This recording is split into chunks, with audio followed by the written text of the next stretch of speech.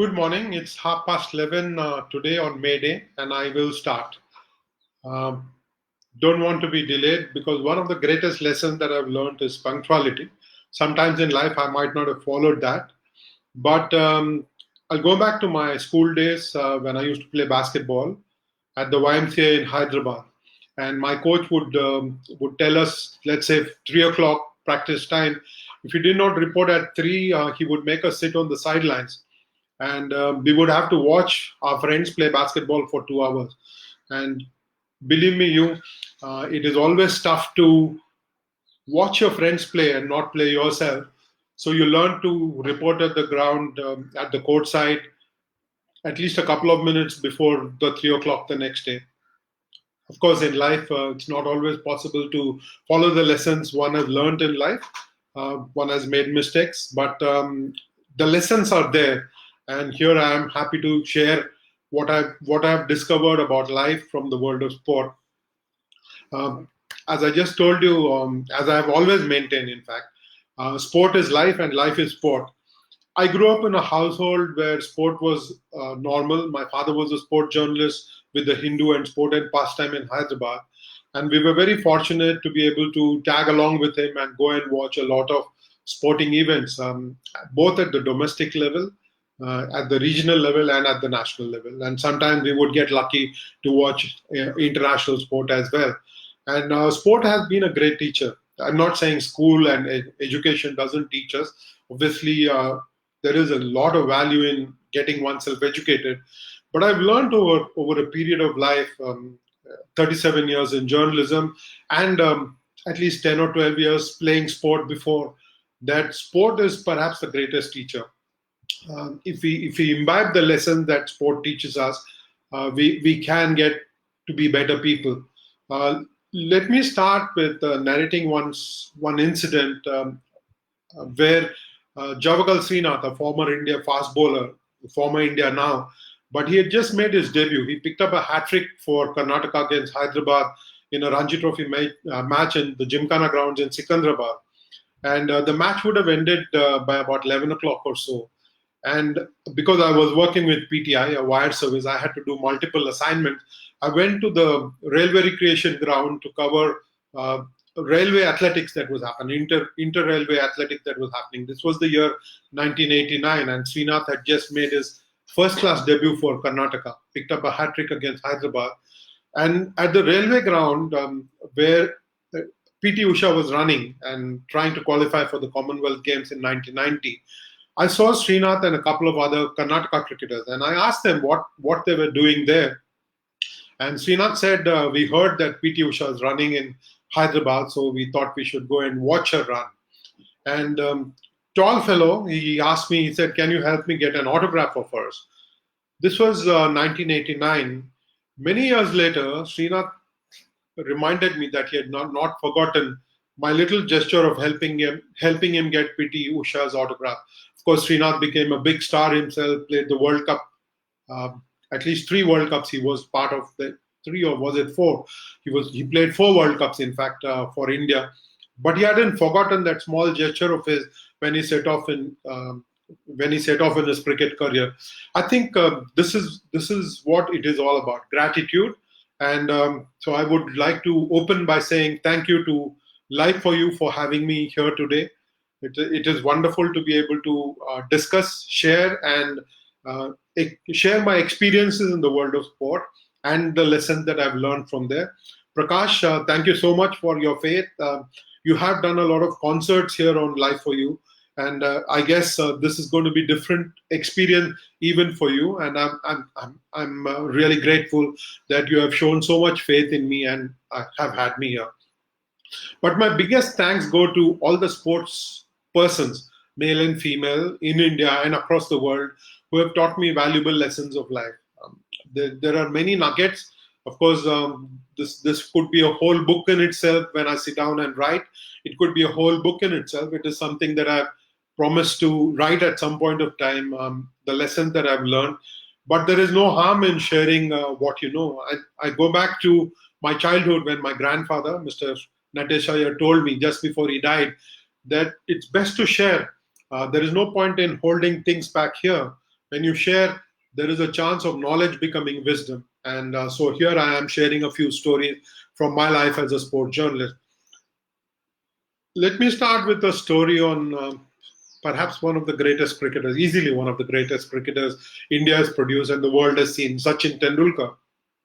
He was a very young man. He just started playing tests for India, but he had already scored 5 test matches when he came to Hyderabad to play a Dilip Trophy match.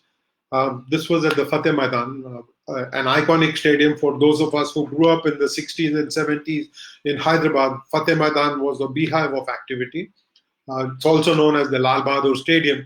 Now, I managed, along with a friend of mine, to get Sachin Tendulkar to agree to give us 15 minutes of his time at lunchtime on the final day of a game.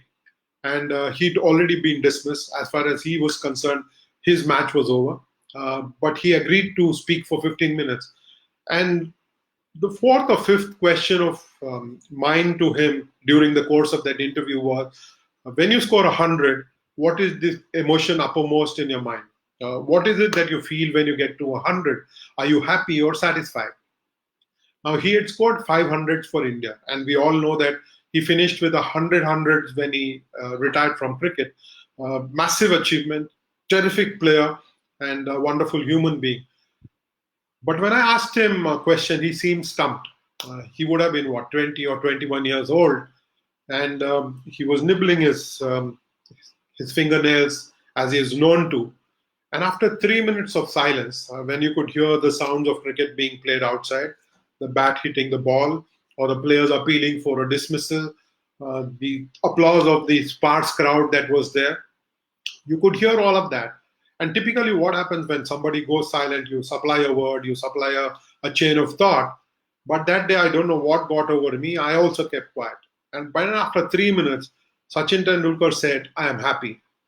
I looked at him, and he was sitting on an ice box, a corrugated steel box. It was just outside the dressing room in Fateh Maidan. And I said, "Look, Sachin, you've taken 3 minutes to answer this question, and you've given me 3 words. How could you do that? Just 3 words." He said, "I was preparing the answer to your next question. So there's no question of extending the time of the interview." I found that very interesting. And so I asked him, I said, "Sachin, go ahead, ask your question and answer that for me." Amazing guy. Look at this. He's 20 years old or 21 years old. And he says that I was preparing the answer to your next question. So he's anticipating that. And so I said, "Okay, ask the question and answer it." He said, "You're going to ask me why I'm happy and I'm not satisfied." I said, "Yeah, so what is the difference between happiness and satisfaction?" He said, "Both are states of the mind. I'm happy because 100 is a milestone. Every time you go into bat, you don't get 100. Not every batsman can get 100 every time he steps out to bat. The scoreboard shows 0. Your teammates have to run 100 runs with you. Of course, there are boundary hits, but if you've got a partner at the other end who doesn't respond, obviously you don't complete your 100. So I have to have partners who are helping me complete that 100. And as I said, 100 is a milestone. It gives me joy that I'm able to complete and get to that milestone, get to 100. I said, "Then what is satisfaction?" He said, "It's very simple, really. When you're satisfied, you forget that you played and missed a ball, that you've been beaten outside the off stump, or that you have been dropped at slip sometimes, or sometimes you've hit too deep extra cover, and instead of taking 3 runs, you have taken only 2. I have not played the perfect innings, so how can I be satisfied?" And then there was a pause. There was a very, very pregnant pause. And after about 5 or 10 seconds, he gestured. He said, "If you pull the handbrake of the car and engage the car in gear," he used to have a Maruti which had a gear next to the steering. It was not the floor shift gear that is very commonplace now. So this Maruti 800 of his, there was a floor shift gear. He said, you pull the handbrake, engage the car in gear, it doesn't go anywhere. He says satisfaction is the handbrake that does not let you get better. So his quest for perfection, look at this, he's 20 years old and is handing me a Guru Mantra. And he says that satisfaction is like the handbrake of the car. You pull it and the car does not move forward. Not very surprisingly, when he got about 96 or 9700 and it was closer to retirement, he gave an interview to Indian Express. And the headline next day in the Indian Express in Delhi was, I am happy but not satisfied, semicolon, Sachin. Amazing, isn't it? That his quest for perfection, his quest for excellence is such that satisfaction was not part of his lexicon. Now, a lot of us tend to say we are satisfied with what you're doing, with what we have done in life. There is so much to what we can do, there is so much to what we can achieve if we don't allow satisfaction to creep in. Now, satisfaction is something that can stop you from achieving your goals, that can stop you from looking at other goals. You might achieve a little goal, you might achieve the first of the goals that you set for yourself, but if you're satisfied and you sit in a corner, you're not going to reap the benefits of the learnings there. So Sachin Tendulkar was a master, not just at the crease, but in life itself. Maybe he did not realize then that he was giving me a guru mantra. It was very important that I learned it. Of course, it took me a lot of time to understand what he was saying. The import of the difference between happiness and satisfaction came to me many, many years later. I have to admit that. Uh, the more I write about it, the more I understand the value of what he told me. I just have a request to those of you who are watching this live stream on your phones. You might want to shift to uh, a landscape mode rather than a portrait mode. You might notice that your phones have got only half the screen. You might want to shift to a landscape mode so you can see the whole of the background and me in good shape and form. You might want to try shifting to landscape mode. We might be a little bit more comfortable with watching me on the screen. So Sachin Tendulkar it was who gave me a very, very valuable lesson in life. Don't be satisfied. Be happy with what you have done. Of course, there is room for improvement. So remember that if you're satisfied, you forget that there is room for improvement. Just as he said, he would play and miss or be dropped at slip. We've all made mistakes. Now the challenge for us is to rectify those mistakes and get better the next time we set out to do something. Very, very valuable lesson that was from Sachin Tendulkar. Let me move to another icon of our times, Kapil Dev. Who doesn't know Kapil Dev? Captain of the winning team in 1983. He changed the way we looked at sport. There was a self-belief that Kapil Dev and his team instilled in a lot of us. We used to go and participate in a number of events, but I think that 1983 World Cup win made us believe that we can hold our own against the best in the world. Imagine taking on Clive Lloyd's team and beating them twice, not just once, but twice in the course of the Prudential Cup in 1983 and in the final when you scored just 183. Now, someone like Kapil Dev, the 175 not out that he made at Tunbridge Wells against Zimbabwe, would have been a turning point not just in his life but in the lives of many others. That you could be down and out, but if you believe in yourself, if you go out and give your best, you can turn things around. I think that one innings is defining, but that is not the only lesson that Kapil Dev handed out. Here's something very personal that happened between Kapil Dev and me. At the height of match fixing, I did write a piece for the Hindustan Times. I had left the Hindustan Times by that time when match fixing broke out. We were all heartbroken. I don't know an Indian who was not heartbroken because match fixing happened, and there was some big name that tumbled out of the police files. Now there was an investigation that CBI did, and on the basis of the CBI report, I did a piece which was not very complimentary to Kapil Dev and to Ajay Jadeja. Both are wonderful friends today. Uh, but a couple of years after I wrote that piece, I met him at the golf club in Delhi. Was introduced a second or a third time by Bishan Singh Bedi. Wonderful friend, great mentor, somebody who loves to share what he knows of life. Now, Bishan Singh Bedi pointed at Kapil Dev and said, King, he called me King. He said, King, do you know Caps? Caps, do you know King? Now, Kapil Dev looked at me and said, Isko kaun nahi janta hai. Ye to meri pant kai baar utar chuka hai. Now, this is, you didn't know where to look. Here is an icon who has been exonerated by the powers that be, who was not implicated in the scandal, but I had written a negative piece against him, not just once, a couple of times. Azhar had been dropped, and one of the pieces I wrote said Azhar caught Sachin, bowled Kapil Dev. This was in the 1999 tour of Australia, where he could have been picked for the one-day series, but was not. So Kapil Dev said he has been critical of me. Who doesn't know him? And there was not much conversation at the golf club. Very obviously, there wasn't scope for conversation after that. But many years later, I'd gotten out of an NDTV studio in Greater Kailash in Delhi, and I realized that the fuel in my car had got exhausted. And there was no petrol in the car, and it would not start again. So I had to push the car to a petrol pump about 500 meters away from NDTV. And it was the month of August, and my shirt was sticking to my back. In fact, the shirt was sticking to the front as well. And I was pouring sweat in August because it is very humid in Delhi at that point of time. And it was not very difficult to push the steam. It was a smooth push, but because it was humid, I was sweating a lot.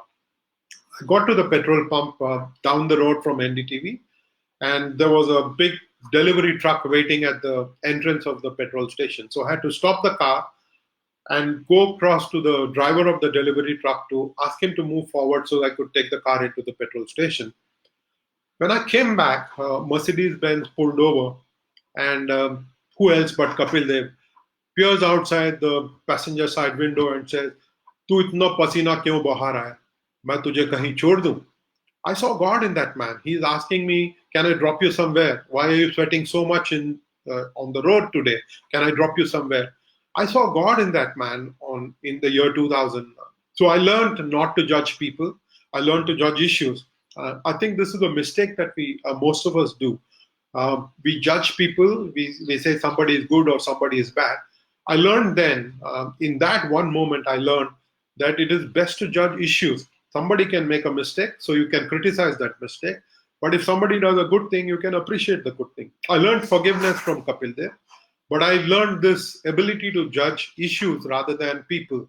It is very important for us in modern life to be able to distinguish how not to judge people. It's very easy for us. We sit in judgment and we are critical of people who we don't like. In public life, in private, among our friends, in our family, I think what we do is we simply turn around and say, so and so is not good or so and so is great. Actually, so and so's action is great. So and so's action is wonderful. Maybe that same so and so cannot be always producing action that you find acceptable. I think Kapil Dev taught me that in that one moment that you should be able to judge issues rather than people. At the back of the mind, you always thought Kapil Dev, and there was something bad about what happened during the match fixing time. So you kept your distance from Kapil Dev. That one moment broke ice, and over a number of years, he has called me several times to ask me why I have not been on All India Radio for a long time, why he has not heard my voice. So he was always caring. He's somebody who calls and says, if there is something I can do for you, you let me know, which is wonderful, isn't it? Here's somebody who has been criticized by me in print, and I'm sure people retain criticism for a long, long time. But he stopped his car and said, "Can I drop you somewhere?" I think it is just amazing that a human being can forget everything else and say, "Can I help you?" So Kapil Dev taught me that it is important to judge issues rather than people. I go to another dear friend of mine, Geet Sethi, won the world championship in billiards multiple times. 10 times he's got. One of the finest human beings that I've known. The finest sports person. He's a great ambassador for India and for his sport. And he now runs a not-for-profit organization called Olympic Gold Quest, which does some terrific work for athletes in the country in supporting them. The gaps that the government and the federations leave, organizations like Olympic Gold Quest plug that. What he taught me was one day I think we were driving and we were going from NDTV studio where he might have had a show. I had to drop him at the airport, but he was very hungry. So on the way at South Extension, he said, "Can we stop here for a bite?" I took him into a McDonald's, much against my wishes. We went into a McDonald's outlet in South Extension. I told him, "You will be mobbed, so don't you want? I will go and get whatever you want. Be in the car. I will go and get it." He says, "No, no, it's okay. We will go." Now, Geet is somebody who had done lots of ads. It's not as if he was not known to people. He said, "It's okay. Let's go into McDonald's and dekha jayega. If people mob me, we will handle it there." Shock of my life. Not a single soul recognized him. If it was a second wicket keeper of the Indian cricket team or of an IPL team, he might have been mobbed at McDonald's. The poor fellows, they can't step out of their cars and go out to do and live a normal life. But Geet came, he had what he wanted to, and on the way he told me this amazing story about the ability of the human mind to focus or to move the mind. The mind tends to wander a lot. And I think we have all experienced at some point of time in our life. uh, we are wanting to do something, but the mind is always looking at something else. The mind is thinking about the future, or it's thinking about the past. It is not sticking in the present. And this story came to me from a wonderful man, Geet Sethi, multiple times world champion in billiards, but more than that, somebody who cares for Indian sport. So here is the story that he told me. This is about a Thailand snooker player called James Vatana. Vatana was very young when he was playing snooker or in a very seedy joint that was being run in a slum kind of an area in Bangkok. Um, an agent from England watched him play and said, "Boy, why don't you come with me to England? You could become a professional snooker player. You're very, very good at what you do. So why don't you come with me to England?" And so he went to England, trained to be a very good professional snooker player, rose to be a top 10 player eventually, James Patana. Now, he was playing the final of a big tournament, and the prize money was substantial. I think it was about £100,000. Now, James Patana was leading 8 frames to 3 in a best of 19 frames match. So he just had to win one more frame. He's on the cusp of victory. And from 8-3, he contrived to lose 8-9. His opponent won 6 frames in a row and went on to take the top prize. So somebody like me, a journalist, asked James Fatana after the match, "So why did you lose from 8-3? You were playing like a dream. You were in a commanding position. How did you lose from that situation?" We have seen people snatch defeat from the jaws of victory. And this was a perfect example. Geet says James was honest and he answered this question with the best possible answer that he could, the best possible response that he could give. He said at 8-3, this pretty girl with that big check walked in. She thought I was going to win. So she must have been told, go and get ready for the presentation ceremony. I saw that big check. It had about £70,000 written for the winner. Pay the winner £70,000. Or was it £100,000? And the moment I saw the check, I wrote my name on the check because there was a blank against it. I wrote Pay James Watana, and I converted the £100,000 into Thai baht.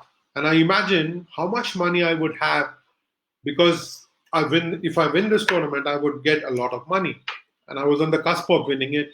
And it was just a matter of one more frame, and I knew I would win it. So I converted that money into Thai baht, and I realized, oh hell, this is a lot of money. I could perhaps buy a bungalow for my mother and move her from where she is, from the apartment that she was living, move her into a larger accommodation. So I went into that bungalow that I wanted to buy. I bought the bungalow, I did up the interiors for her. I put pink curtains, and there was a Labrador that was prancing in the garden when I gave the key of the house to my mother, and I could see the pride that my mother had in her eyes. By the time I gave the key to my mother and I came back to the table, my opponent had swept the 6 frames. Look at this. This is how the mind wanders. It was not on the table, but it had gone thousands of miles away to Bangkok. And Guy says the story does not end here. It is not a sad story after all. Several years later, maybe 2 or 3 years later, Watana was playing another match where somebody tapped him on his shoulder and said that your father has been shot. So if you want to go back to Bangkok, there's a flight leaving Manchester in the next few hours. We blocked a seat for you. You might want to check out of your hotel. So you leave now and go to the hotel, and there is a car waiting for you to take you to the airport. Now, Vatana said, "Can I make my decisions?" So he stepped out, he sat for 5 minutes, considered what he needed to do, came back and played. Now, Geet has watched this match himself, a first hand account of what happened thereafter. And as all of you will know, there is only a maximum of 147 points that you can get off a frame. If you do red, black 15 times and do the colors in the right order, all in one visit, you get 147 points. That's the highest you can score in snooker. And Guy says the fourth frame, James Watana played like a poem. He was poetry in motion, and he got 147. Now here's somebody whose mind wandered to Bangkok when he was winning a game. His mind went away, and he lost a lot of money in the process. But when his father was shot, and apparently his father died in that because of that gunshot, and James did go and discover that his father had actually been killed by that gunshot injury. Now, he kept his mind on the table. That's the beauty of the human mind. Now, when you want it to focus, when you focus on what you need to do, you're able to deliver your best. But when you allow it to wander, the task on hand suffers. Amazing story that Geet shared with me on how the human mind can wander a lot, and how you can control it and keep it. Now, many years later, Abhinav Bindra, India's only gold medalist, told me that it is not always possible to chain the mind and keep it in the present. You have to train it in such a way that even if it wanders, you bring it back by thinking about something substantial about the moment. You have a task on hand, and you tell yourself, okay, you go wander for a minute, but come back quickly, and there is a task on hand. This is something that Abhinav Bindra taught me in one of the interviews that I did with him for a site called Seven World in the year 2016, before he played the last of his Olympic Games as a shooter. Now, Abhinav Bindra's story is really about living in the moment. Now, he told me that it is very important for the mind, for the body, to accept whatever situation you are in and to live in the moment. I think that is what we are doing at this point of time with the COVID-19, keeping all of us indoors, not venturing out. It is teaching us that we can do something online. We can share our knowledge. We can entertain ourselves by being home and not feeling bored, by not feeling claustrophobic, by not feeling jailed, as some of us have mentioned. I think it is very important for the mind, as Abhinav Bindra taught me, to live in the moment.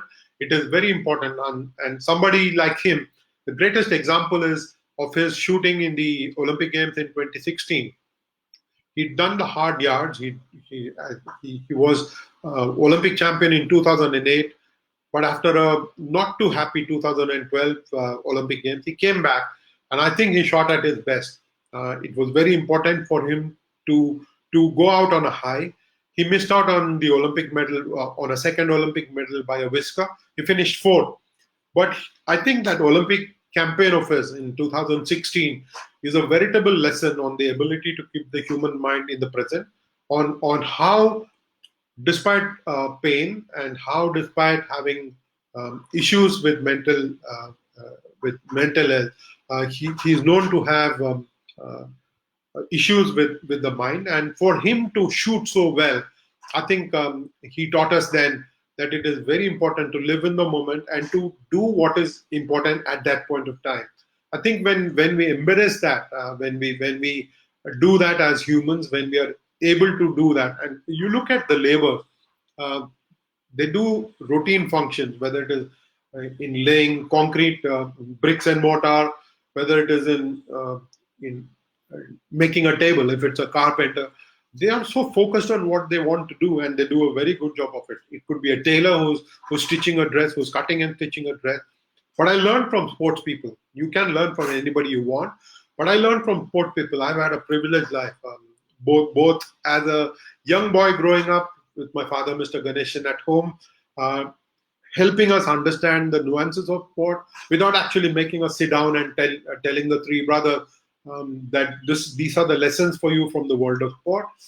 He just exposed us to the beauty of sport, to understanding that sport can bring us great joy and offer us lessons in life. Um, my next story is about Mahendra Singh Dhoni, and it is about sticking to the word. People from Chennai who love Mahendra Singh Dhoni to bits will love this story, although this is from Ranchi. I was working with Outlook magazine. The editor there was Vinod Mehta. He was a very genial soul, wonderful person to work with, but a tough taskmaster, like all bosses should be. When he's giving you an assignment, when he's letting you do an assignment, he expects 100% from you. He expected 100% from you, and I will always be grateful to Vinod for letting me do the kind of story that I did for Outlook magazine. So one of the stories was to visit Mahendra Singh Dhoni and do a story on his cricket, of course, and also in his passion for motorbikes and cars. This was before he became captain, so it was easy to go and have a conversation with Dhoni. And those days, there was no WhatsApp. We had not been introduced to Facebook then. So the only way of communicating was the old-fashioned Nokia phone that we had. So, and you could SMS a person. Now, luckily for me, Dhoni had agreed to do an interview, but he said you'll have to come to Ranchi for that. So we both agreed that a photographer colleague of mine and I would go to Ranchi and we would do the interview. Now, as luck would have it, he said, "Sir, I would not be able to speak much with you in Ranchi. We will do the photograph session, but we will do a conversation on the flight from Delhi to Ranchi." There were two flights, Delhi to Patna and Patna to Ranchi.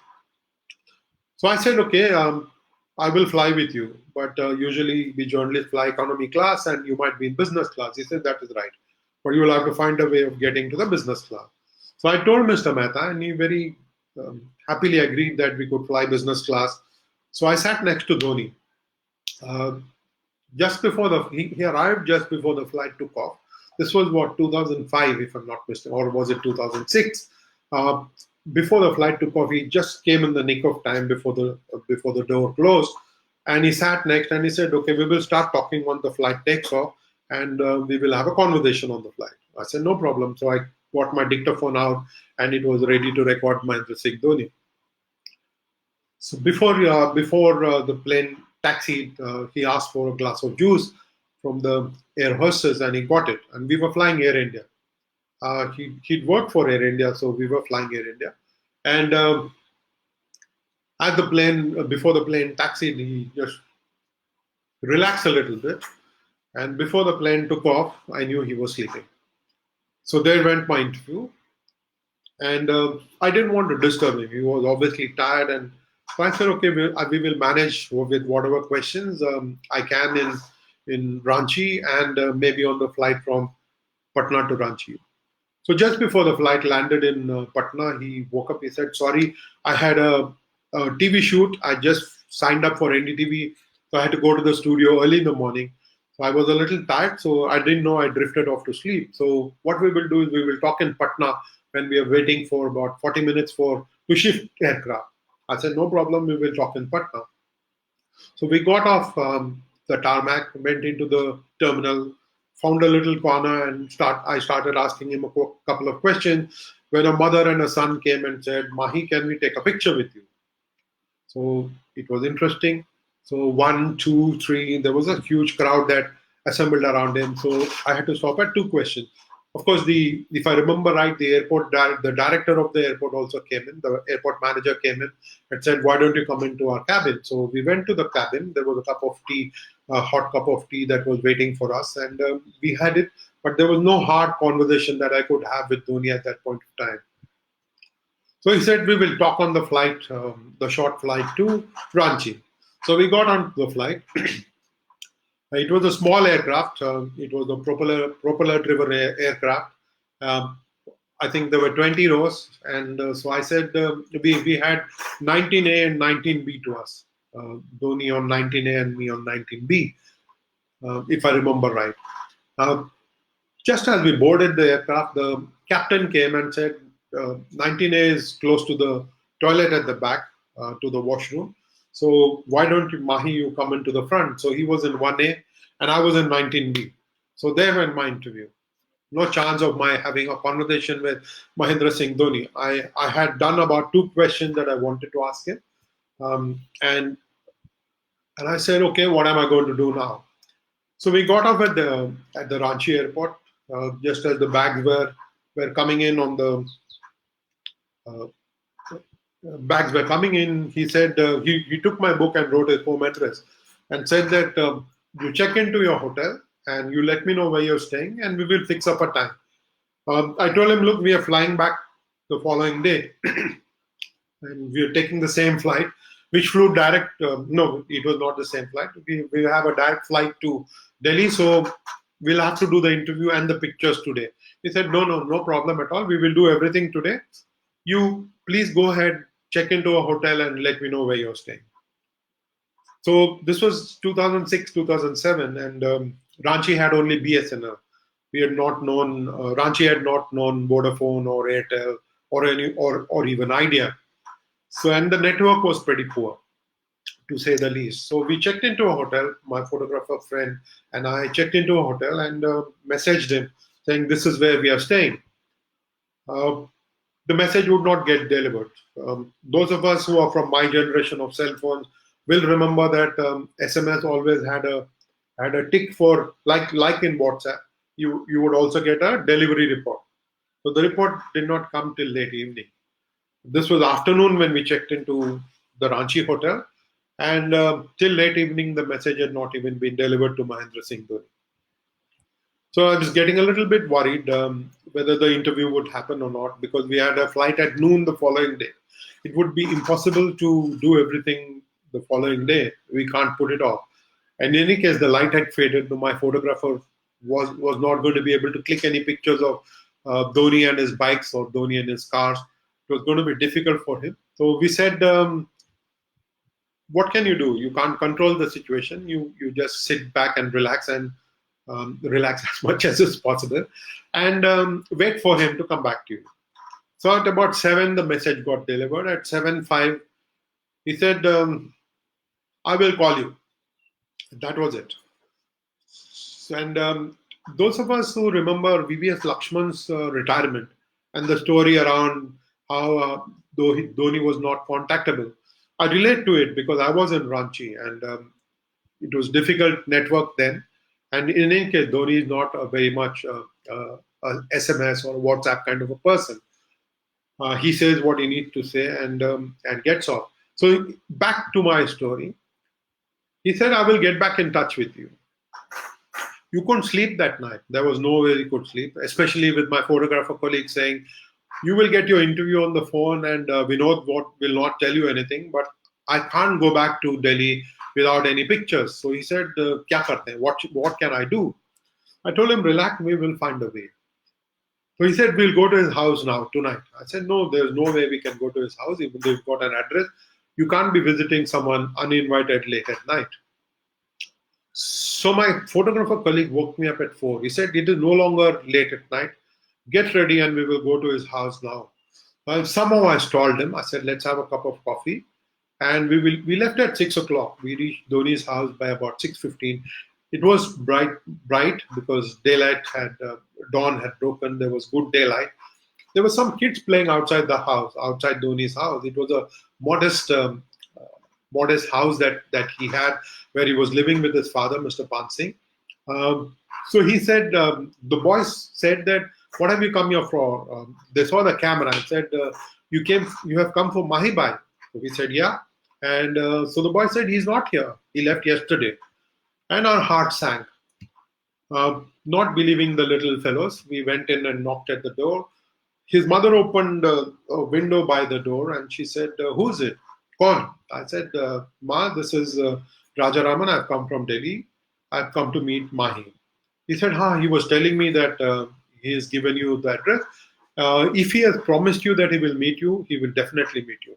Now you relax. She wouldn't open the door because she didn't know us. I can't blame her. So we went outside talking to the boys. We spent about an hour, and there was a missed call on the phone. Remember, it was poor network. So missed call from Mahendra Singh Dhoni. So call back, you can't get to him. So we spent another half an hour, and we said, okay, it's going to be 9 o'clock now. What do? We want to go back. So we said, okay, we leave at 9:30 and go and see what we can do. At about 9:15, our man comes on his bike, and he says, oh, you're here, come, come, come. So we went inside. We had sumptuous breakfast, had good conversation. My photographer colleague clicked on the pictures that he wanted to. And I remember a football secretary had come, the Jharkhand football secretary had come. He wanted help from Dhoni, and Dhoni said, I will help in my own way, will help establish an academy at some point of time. My 50,000 rupees are not going to make a difference. I want to make a long term commitment to Jharkhand sport, and I have got ideas to do it. I remember that. So we did our interview. We went back to the hotel. This was about 11 or so because we had to go back to the airport. So the receptionist there, her eyes widened, her eyebrows were arching, and she was angry. And she said, where did you go? Kahan chale gaye the aap log? I said, we'd gone out, we had an assignment we had gone to complete. She said, what assignment? Mahi had come to see you. Now look at the commitment of the man. He kept his word. He promised us that he would meet us. And he came to the hotel. He obviously had the number of the address of the hotel. So he came there to meet us, and not finding us, he came back home. And luckily for us, instead of heading to his sister's home like he had done the previous night, he came to meet his mother. He found us, and we had a great time. I will never forget a small note that he'd written for me and left it with the receptionist, and where he says, "Hi, I come to see you. I know you have got a flight, and I will call you, and we will do the needful." Now, this is the kind of commitment that made Mahendra Singh Dhoni the person he is. Not easily, he's not going to. He's not the kind who will commit easily, but once he's given his word, he's the kind of man who will stick to it. I have not had the chance to go to Ranchi and test this one more time, but this is a beautiful lesson. Here is somebody who's a rising star, who's got 100 at Visakhapatnam against a good attack, and has captured the imagination of the people. Why even Pervez Musharraf in Lahore, I remember him liking his long hair and saying that don't you ever cut it. He became a big fan. He was president of Pakistan at that point of time. For him to be so humble in his own city and to reach out to journalists who'd flown in from Delhi and to stick to his word and ensure that they would do the needful, that they had come for an assignment, so they would accomplish the task and go. I think this is what I learned from Dhoni. Stick to your word. Don't give your word until you're very sure of sticking to it. But once you have given it, just stick to it. It was outstanding work from Mahendra Singh Dhoni. My last story is from my friend Mohammed Azharuddin. We had a love-hate relationship over a number of years when he was captain and I used to work for PTI and then the Pioneer. But amazing human being. He did get into some trouble in the year 2000. But and in 2004, he came to Sri Lanka as a commentator for Ashta. And he had a valid pass and he'd not got the court orders yet. So people were not willing to speak to him. But because I had grown up in the same locality, Vittalwadi in Hyderabad, and gone to the same school, All Saints, for many years, as Azharuddin. He was 2 years my junior in school. I told him, come sit next to me. You've got a valid entry pass. The authorities have given you a seat in the press box. Come sit next to me. He did come and he said, are you sure you want to sit with me? I said, I have no issues. Come and sit with me. And so he sat and we had conversations. And as match progressed, when there was a break, he took my book and wrote some wonderful things. I will cherish the lessons he had for me in that book.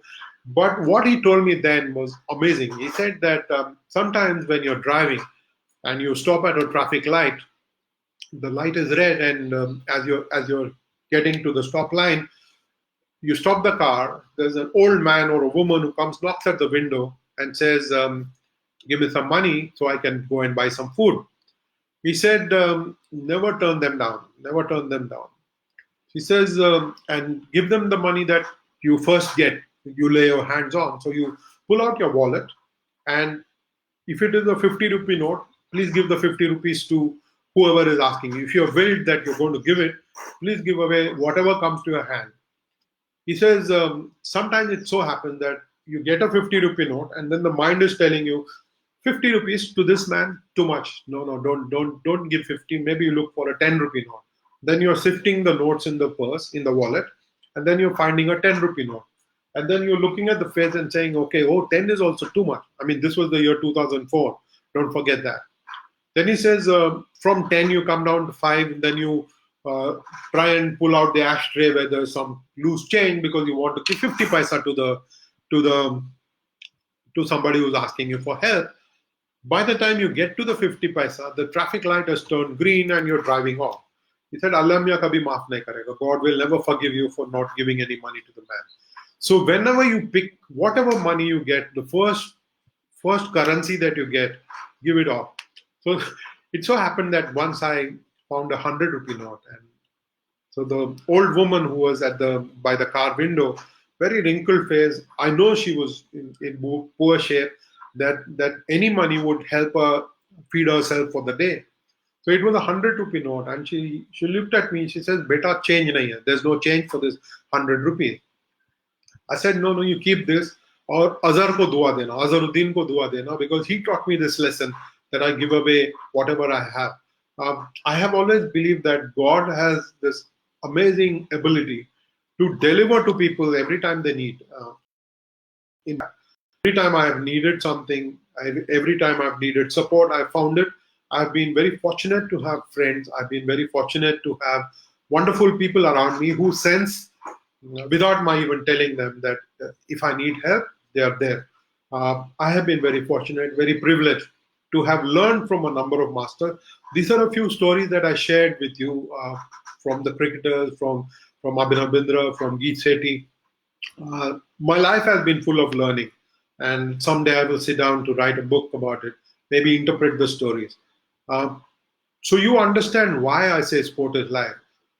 Sport has taught every single sports person to go back and perform again. You might have lost today. You might have been dismissed for zero if you're a cricketer. You might have lost a gold medal match. You might have run the best you could, but you finished only fifth or sixth. But it has taught you to bounce back. Sport teaches you to bounce back. So you go out the next time and try and improve the areas that needed improvement, and you try and break the duck, go to 100, you try and win that gold medal, you try and win the race against the same opponent. So life is sport teaches you about winning and losing. It teaches you to treat both the same. And in life, you do have successes and failures. So you learn not to go overboard with your when you succeed, and not to push yourself into depression when you fail sometimes. Nobody in life has succeeded without failing. As they say, failure is every rung that takes you to the top is littered with failure. I think failures are the stones that you step on to succeed. I think it is very important for all of us, whatever walk of life. It could be sport, it could be music, it could be films, it could be books. There is a lesson. If you keep your mind open, if it's like a sponge, you can absorb a lot of what life has to teach you. And personally, sport has been a fabulous teacher. And I think I will always look back at my 37 years and look ahead with delight when I know that sport has got wonderful lessons to teach us. Sport teaches you not just to take victory and defeat; it also teaches you to live in the moment. I think one of my biggest blessings has been to learn to live in the moment and to appreciate what comes my way, to be grateful for things that there are. And as Azhar taught me, the heart of giving. You need to have a heart to give, and you retain the right heart of giving, you will also get. There is no giving without taking. So life always has this wonderful ability to give and take. And I have learned that from the world of sport. I've learned from my colleagues in the press box. I've learned from athletes and their coaches. and learning never stops. So as I end this, I don't know if there are questions. I can't see any questions that have popped up, or have they? Oh, yes, they have. Let me look up the Facebook chat and see if there is any question that there is.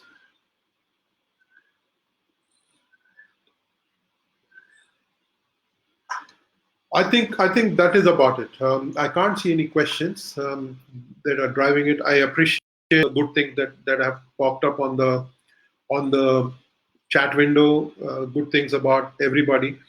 Uh, very very important that we keep our eyes and ears open and the mind open in difficult times. I think we will overcome. As I end, I will say thank you to Prakash and his team one more time. It has been wonderful. This has been a great opportunity for me to share what I know of life, and I'm still learning. Okay, and I'm sure you will also experience that in life. Thank you very much for being here. It's been wonderful having you. You have taken out time on May Day. You could have been busy otherwise, and I really, really appreciate the fact that you've been here and and encouraged me to go on and share my story. Thank you very much, and have a lovely day. Stay indoors and stay safe. I'm sure we will overcome this crisis that the world is facing. Not much time. We won't lose more time. I think we are getting there. Thank you very much.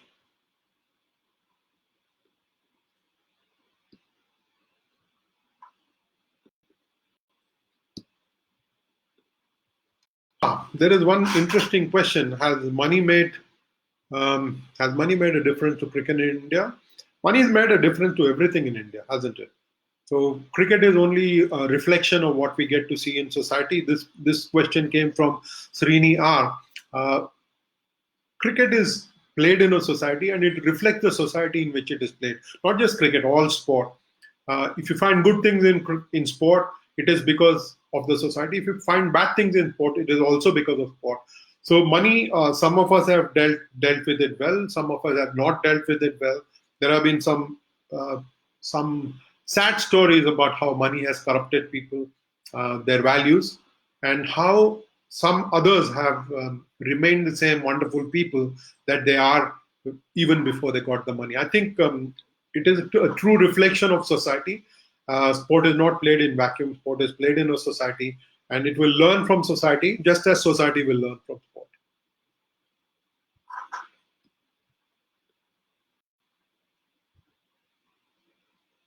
I think it is time for me. I've spent close to an hour, 55 minutes actually, and we'll say thank you one more time, Prakash, and live for you. Keep doing the good work.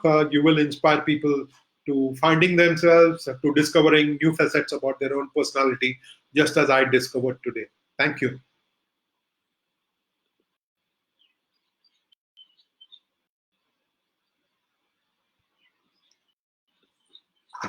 Good to see another question. Sorry, I think I'm saying farewell every time, but there's a question popping up. This is from a namesake, Raj, Raj with a double A though. What's your opinion about post players turning into reporters as against professionals like you? I think there's a beautiful place for the world. It is not new.